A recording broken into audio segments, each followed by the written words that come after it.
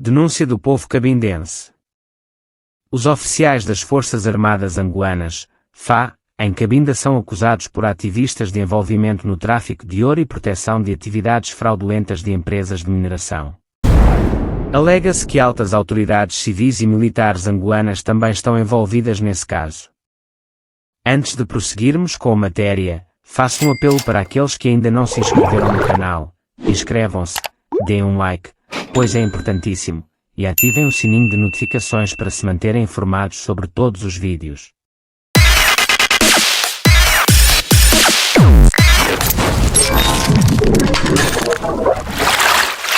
A dinâmica dos interesses na persistência do conflito em Cabinda. O comércio ilegal de minerais em Cabinda persiste apesar dos esforços para controlá-lo.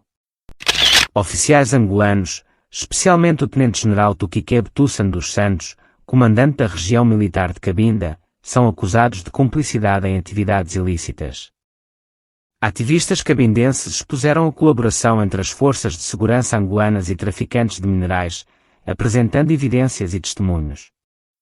As atividades clandestinas incluem não apenas o tráfico de minerais, mas também atos de violência, como os assassinatos de jovens de Bucuzau. O Tenente-General é acusado de possuir um grande arsenal de detectores de metais, usado para explorar clandestinamente depósitos de ouro, com o envolvimento de uma empresa brasileira em Bucuzau. A empresa aparentemente conta com a proteção das FA, destacando a participação direta das autoridades militares nessas atividades ilícitas. Vínculos entre o tráfico de ouro em Cabinda e altos políticos angolanos são destacados.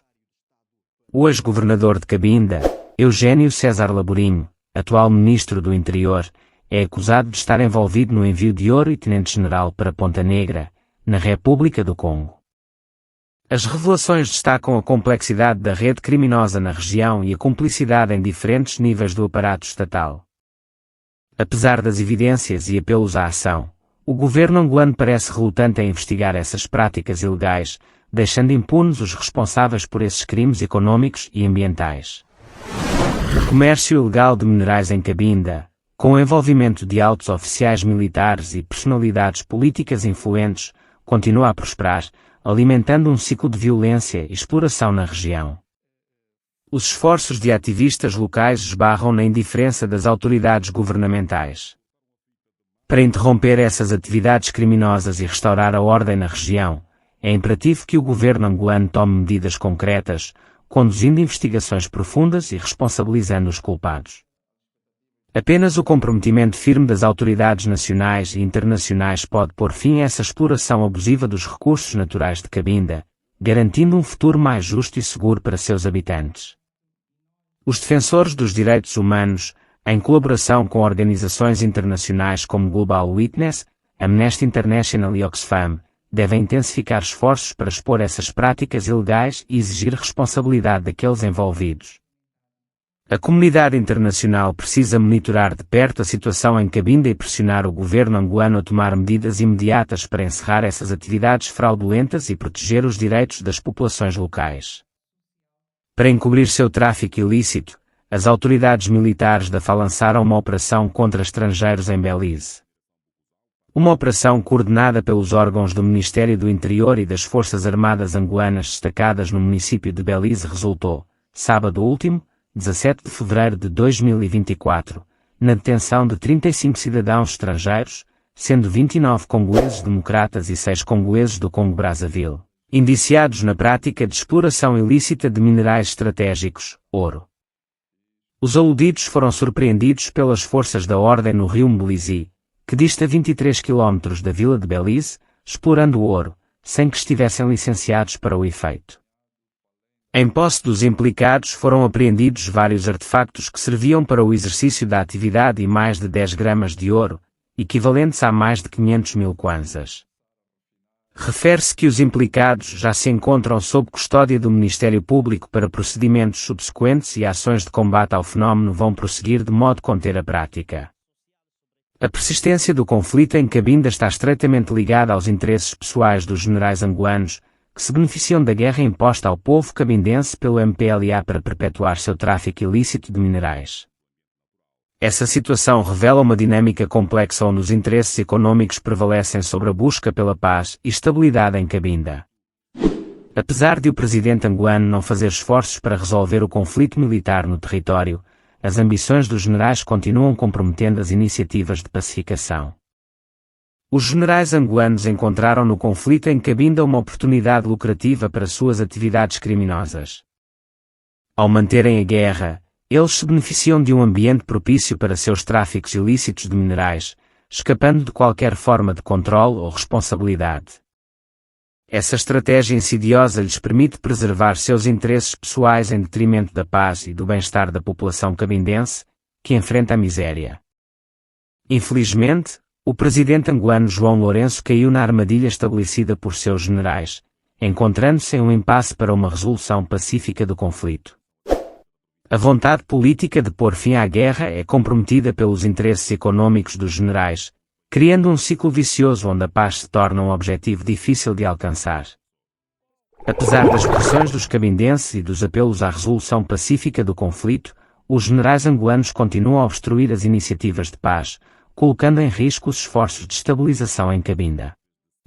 O presidente angolano se encontra em um dilema político complexo, tendo que conciliar os interesses divergentes de seus generais com as aspirações de paz da população de Cabinda. A persistência do conflito em Cabinda é alimentada pelos interesses egoístas dos generais angolanos, que usam a guerra como meio de perpetuar suas atividades criminosas. As ambições dos generais continuam a comprometer as iniciativas de paz. É crucial que medidas sejam tomadas para contrariar a influência prejudicial dos generais e promover uma resolução pacífica e duradoura do conflito em Cabinda. Cabinda, um território abundantemente rico em recursos minerais, nunca viu o benefício direto desses recursos em prol de seu próprio desenvolvimento. Curiosamente, são estrangeiros, especialmente dos Estados Unidos, e os angolanos que têm colhido os frutos dessas riquezas. Apesar de ser um território relativamente pequeno, a situação em Cabinda é lamentável, considerando a abundância de recursos contrastando com a persistente miséria da população. A maioria da riqueza gerada em Cabinda parece sair do território, e a capital, Luanda, não reflete essa prosperidade. As atividades criminosas relacionadas ao tráfico ilícito de minerais e marfim em Cabinda continuam a prosperar, alimentadas pela participação de altos funcionários militares e civis angolanos, incluindo generais, ministros e ex-governadores. Diante dessa situação preocupante, ativistas cabindenses fizeram um apelo urgente à União Europeia e ao Departamento do Tesouro dos Estados Unidos para conduzirem uma investigação aprofundada sobre essas práticas criminosas. Essa iniciativa busca expor as cumplicidades dentro do governo angolano e responsabilizar os envolvidos perante a justiça internacional. As atividades criminosas relacionadas ao tráfico ilícito de minerais e marfim em Cabinda estão diretamente ligadas à participação de altos funcionários militares e civis angolanos, incluindo generais, ministros e ex-governadores. Essas práticas, que se baseiam na corrupção e na cumplicidade no seio do governo, alimentam um ciclo de violência e exploração dos recursos naturais em detrimento da população cabindense. Diante dessa situação alarmante, os ativistas cabindenses decidiram buscar a intervenção da União Europeia e do Departamento do Tesouro dos Estados Unidos, buscando uma investigação séria sobre esses crimes. Eles esperam, com isso, pôr fim à impunidade desfrutada pelos responsáveis e contribuir para a promoção da justiça e transparência no território de Cabinda. Essa abordagem destaca a importância da cooperação internacional no combate ao tráfico ilícito de minerais e marfim. Ao trabalharem em conjunto, ativistas e organizações internacionais podem fortalecer os mecanismos de monitoramento e controle, contribuindo para erradicar essas práticas criminosas que alimentam a instabilidade e a violência em Cabinda.